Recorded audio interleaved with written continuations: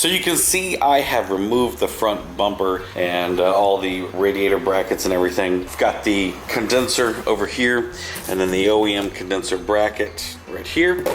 Got the spall fan right there. Here is my harness, or what sort of was left of the AC harness. It's pretty hacked up. In fact, it's actually really hacked up.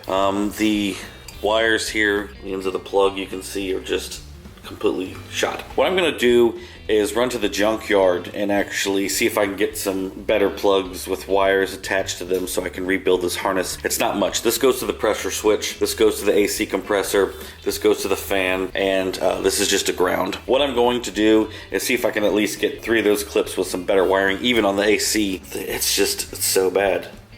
And of course there's a plug on the compressor itself, but we're not worried about that. So I've got to make another quick run to the junkyard and I'll see you there. Made it to the junkyard and the sun is out. Let's go hit the yard and see if we can't find some EKs and CRVs with the parts we need to knock this out. So this is a different junkyard. I'll try to keep this one a little bit more short and sweet than the last one.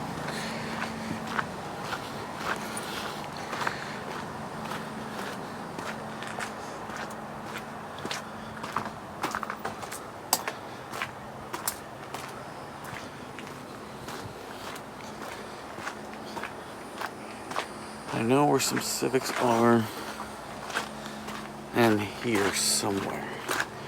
Really need to find a CRV.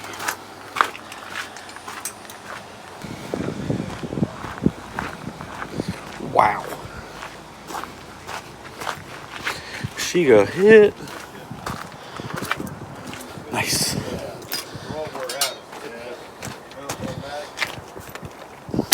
We actually need one of these rubber grommet feet down here. All right, I'm gonna try to find another one, but this is the pressure switch plug. Looks like this. On the CRV, it's actually on the dryer. On the Integra, it's on the pressure line. Also got a little rubber foot that I need. We're gonna move on and see if we can't find fan plugs and compressor plug. This thing's clean. Where is it smashed? Oh, yeah.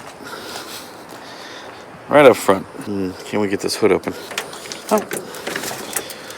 Ooh. Not sure I want anything off this thing.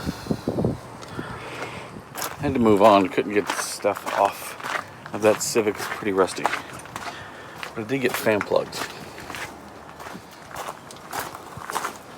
Oof. I think she rolled over.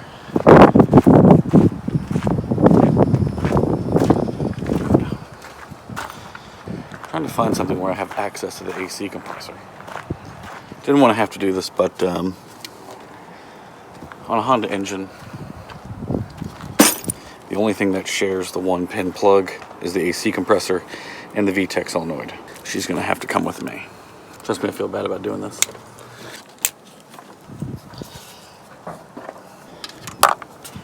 So these are the plugs that we need. Fan, compressor, pressure switch. Okay, so we just finished up at the junkyard. You probably can't hear me because of all the wind blowing because it is humid as a bitch. It really wasn't that hot. Luckily, it wasn't that sunny, but it was definitely humid. So I spent $10.69 on the 4 plugs. Not a big deal. We go back there, wire it all up, obviously, but I'll see you back in the garage. Okay, so I'm gonna make this as simple as possible, as easy as I can. I didn't show you this because I use different colors of wire and I don't want to confuse anybody. But essentially what you're going to have coming off the car is this plug. This plug right here has 4 wires going into it that plugs into the AC harness. There are 4 wires, okay? 1 for the AC compressor, 1 for the fan, 2 for the pressure switch. But there is a 5th ground wire that's for the fan that runs to a ground. But there's only 4 wires here. Don't want to make it confusing, but all you need to know is that you need the stock wiring. However, when you use the stock wiring, you will either A, need to extend the pressure switch, which I've done here, which is really long, because the pressure switch is right there, if you can see it. And here's the AC compressor plug, right here. And here's the secondary fan plug. I'm going to install the fan and actually extend the wires over to here. And basically, what happens is, it's all kind of fugly right now, but these 2 plug up together. Okay, so now our AC harness is plugged up, and now we can connect the pressure switch, the AC compressor, and then the fan. Now, if you notice I have an OEM plug here. Here is the other end that I pulled from the Junkyard. I'm going to be putting it on the end of the spall fan. So I've got to swap the end connectors and then mount the spall fan and then mount everything else, and we'll be good to go. But to make this simple, it's kind of an ugly mess right now. I'm going to clean this up, but I didn't want to make this overly confusing.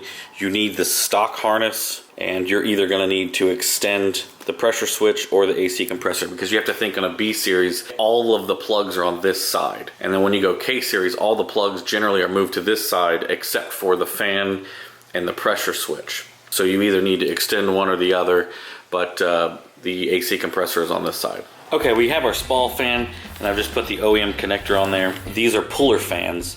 So I think the cheap eBay fans, if you wire them up backwards, they'll go in the wrong direction. I'm pretty sure I got this wired up right, and it's gonna pull. But after I wire it up, if it does go in the wrong direction, then I'll rewire it. But I highly suggest do not test these fans unless they're mounted, because they are so powerful that they will shoot off in any direction. I've learned that the hard way. So what I'm gonna do is I'm gonna mount this fan up using this Imperial mounting system through the radiator. I'm gonna get that set up. You can get these at any AutoZone, but you've got these 4 long pieces here. They're gonna go on the back side. These are the locks for them that are gonna be on the front side. And then these are very important. You've got the rubber foam tabs. So you rip them off the little squares and you put them right up against here so it doesn't hurt the radiator. If you notice, they're punctured for a hole. So I'm gonna peel it. I'm gonna take this bad guy. I'm gonna put this through the fan first, then put this little soft piece on the other end. Push down.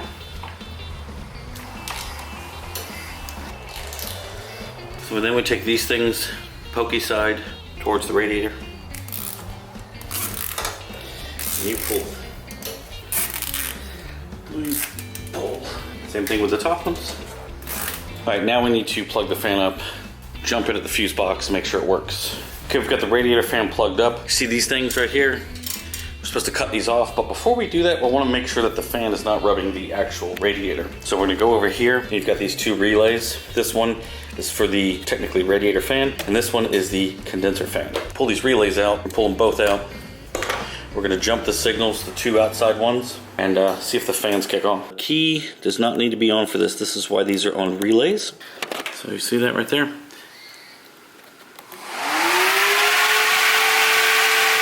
That is the radiator fan. Yeah, that's this fan right here. Okay, now we should do this one and see if the other one kicks on. So I was mistaken. Okay, so this is the radiator fan. This is the condenser fan. I forgot. I don't have a label on my thing. I should order one from Restomod. I mean, this is not the best way to do things, but we're just checking it. Jeez. And that thing is working, boy.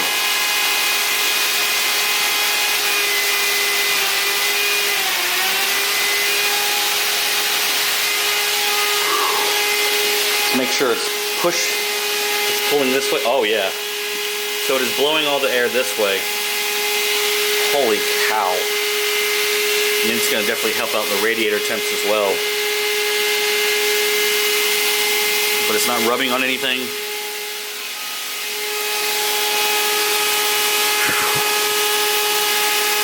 And hopefully with both of them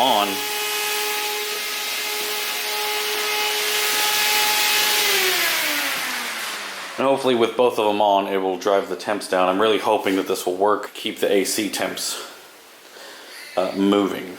So you want to go ahead and put your relays back. And a lot of times if you're having issues with your fan switches not coming on, always check the relays. These are the #1 things that actually go out. Now we're going to install the condenser. Before we can install the condenser, we're going to cut these little zip tie things.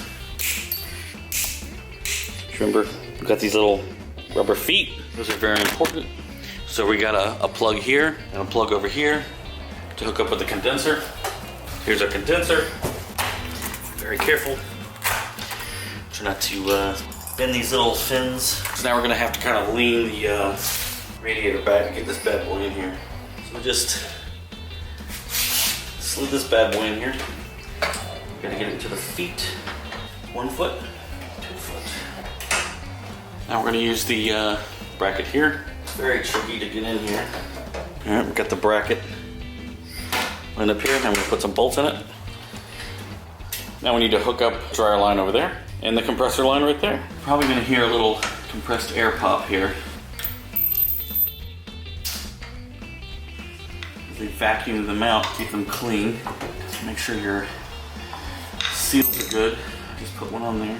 The thing that's very important is do not crank these on here. They're 10 mils. They don't need a lot of torque. You just want it to sit flush. Perfect. Pop that girl in there. Yeah. Make sure it's seated and just snug it up. She's good to go. Now, as far as the lines go themselves, this small line here goes to the firewall right behind the battery. Comes down, goes out. This thing was pretty bent up from where I got it, so it's pretty beat up. Goes all the way around to the dryer. Now that is a factory line. You will need that. The second line with the dryer, these are 2 factory lines. Now, where it's hybrid racing is that front line, which is right here, okay? That goes to the compressor right here, and then this line right here. That's all in the hybrid racing kit. So it attaches here, then it goes to the firewall. That's the entire system. Obviously goes from the evaporator in the cabin that also has the expansion valve. This is a brand new condenser. Usually they're a bad culprit for having holes in it because obviously it's in the front of the car, it takes a lot of beating. And at the same time, you usually want to replace the dryer. Now I'm going to be replacing the dryer before I have it professionally charged. The system has to be vacuumed and charged. But the other big factor about doing a K-swap with AC is the fact that the fans are a big thing. You cannot get away with cheap eBay fans. So now we need to actually go to the hybrid racing directions for the rest of the wiring to be able to run AC. If you have HON data, you can pin it through HON data. If you actually don't have HON data, you're just running a regular ECU.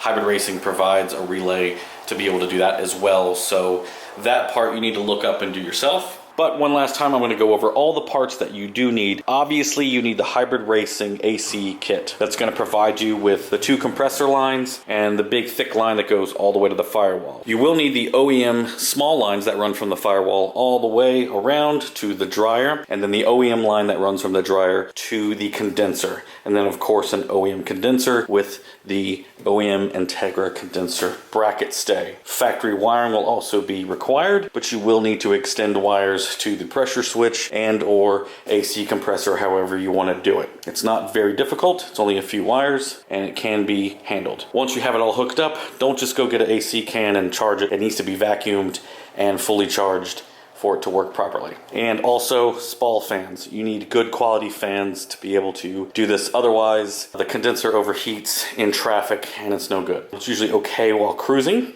and at nighttime, but in the middle of the day when you really need the AC, it will struggle. So, of course there's gonna be more on the AC because I love AC and I still gotta go charge it and all that stuff. So this is where I'm gonna end the video. Thank you guys so much for watching. Stay safe out there and I'll see you in the next one. Peace out. Keep living your dreams.